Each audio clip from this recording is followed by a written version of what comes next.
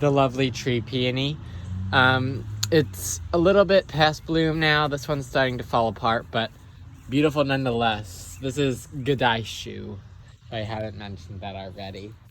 So we're gonna go this way, and you can see some of these Dalnasaw daffodils. Yeah, you can kind of see. They're beautiful, but they need to be deadheaded. More Baptisia. That one, I can't remember. Sparkling Sapphires. This is our nice little patch of garlic chives.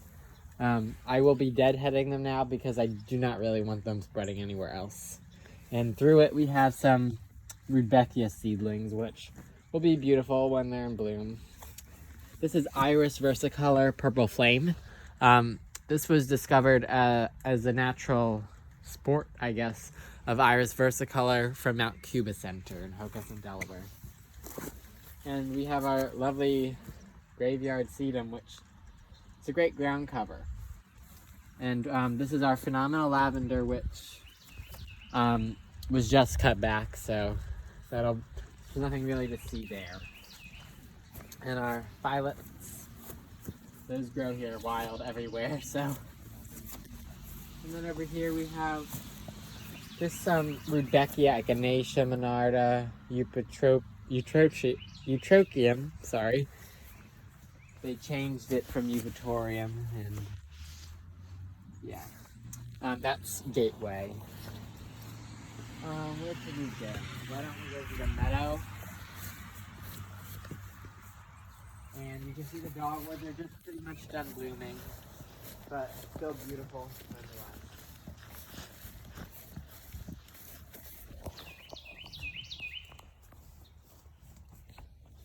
Oh, and this red bud over here. I have to tell you about this. So this red bud, they're actually two, but these were a seedling in my vegetable garden, seedlings. So I dug them up and decided to just plant them out here because I hate to waste beautiful plants like red bud. So we're gonna go to the meadow next, I think. There's nothing really to see.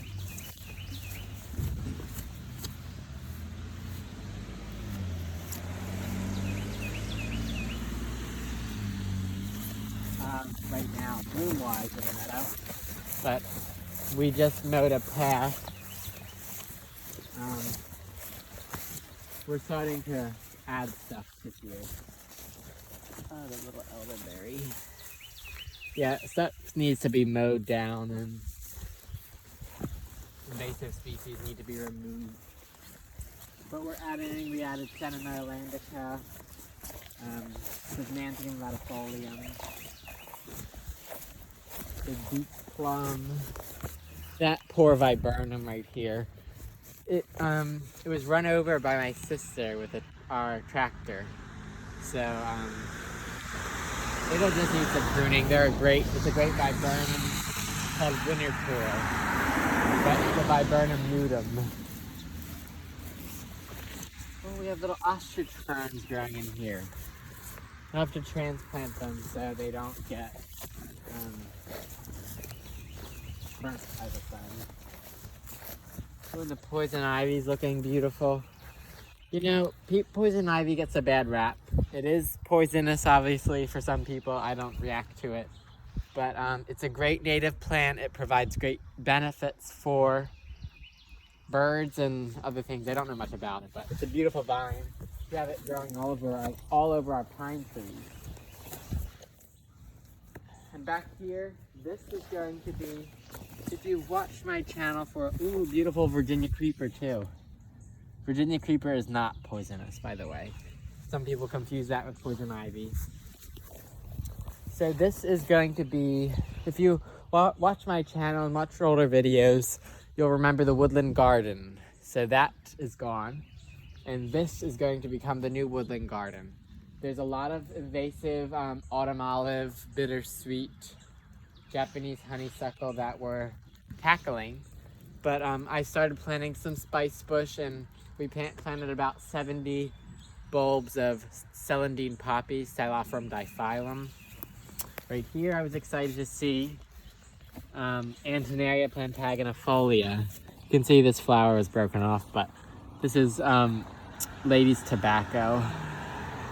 It's another name for it. So yeah, I won't really take you back there, but I'll show you over here some of the spice bush that we planted. There's actually some iris versicolor with it, and Philopendula. Yeah.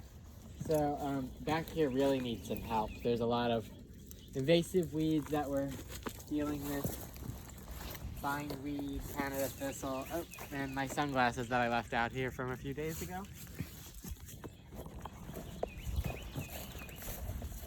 Okay, where should we go next?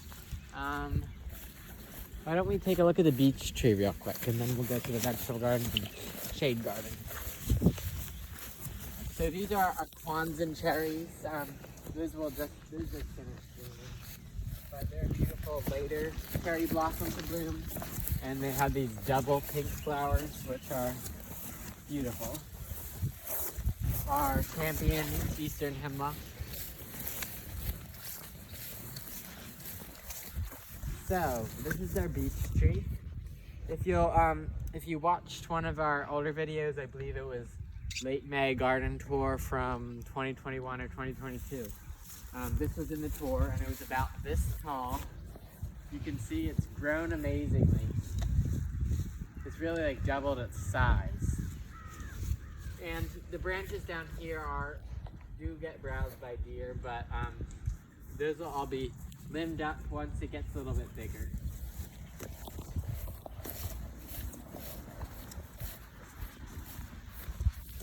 So this was the woodland garden. There still is actually the Tradescantia sweet Kate left in here that I still need to dig up.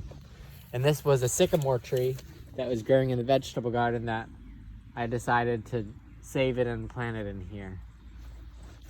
And the interesting about this sycamore is sycamores around our area in southeastern Pennsylvania struggle with anthracnose, which is a disease when they leaf out. This one, I've not noticed that, so that may be a promising tree. And this wonderful allium comes back every year. You can see it's just starting to open, but that one never fails to appreciate. And this is our neighbor's pawpaw tree right here. That's in bloom. But there's nothing else really back here to see. We'll take a walk down this way to see the Mahonia is starting to leaf out. This is Rose of Sharon.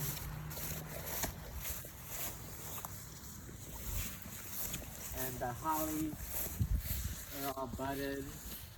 These are really great attractant for pollinators and such. Oh, the nectarine.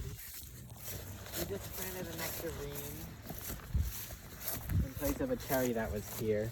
And you can see it's just starting to open, which is very exciting. Okay, the Bing cherry, or this is Stella, sorry. I don't know, yeah, there's a few cherries on here. I won't really show you the other orchard trees, there's not much to see. Oh, the Mahonia, that's what I was missing. So this is loaded with berries. And they're actually, my sister's had them before. But what's so interesting is when the new foliage comes out, it's this beautiful reddish, and it's soft. Like the thorniness has not really developed yet. And like, this has also grown amazingly.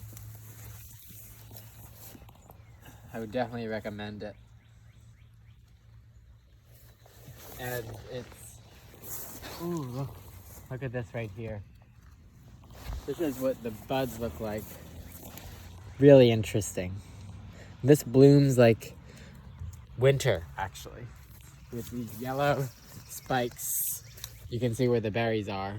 This is like with the spikes. But yeah, they're beautiful. This is our American yellowwood, which also has grown amazingly. I just love it. It does not, it supports like one species of caterpillar, but nonetheless, it's beautiful. And I believe we may get flowers this year. I think I'm seeing flower buds, but we'll see.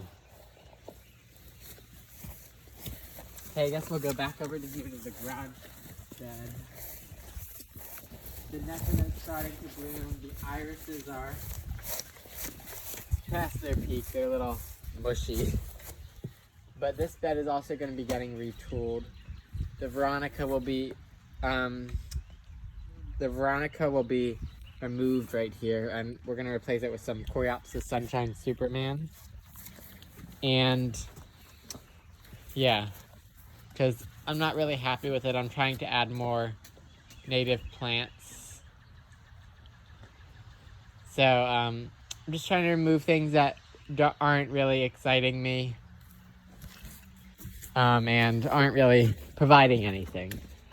So here's a Clematis jackmanii that I'm trying to train up this wall. And we have some Stachy's Pomelo, violets, Nepeta. There's actually a Joe Pye gateway in there with those beautiful dark stems. Okay, now we're going to go up to the shade gardens. First I'll show you this section since it's harder to see from up there. We have a Yellow Queen Aquilegia chrysantha, which is kind of native. Right there, just emerging, is our Autumn Fern Brilliance.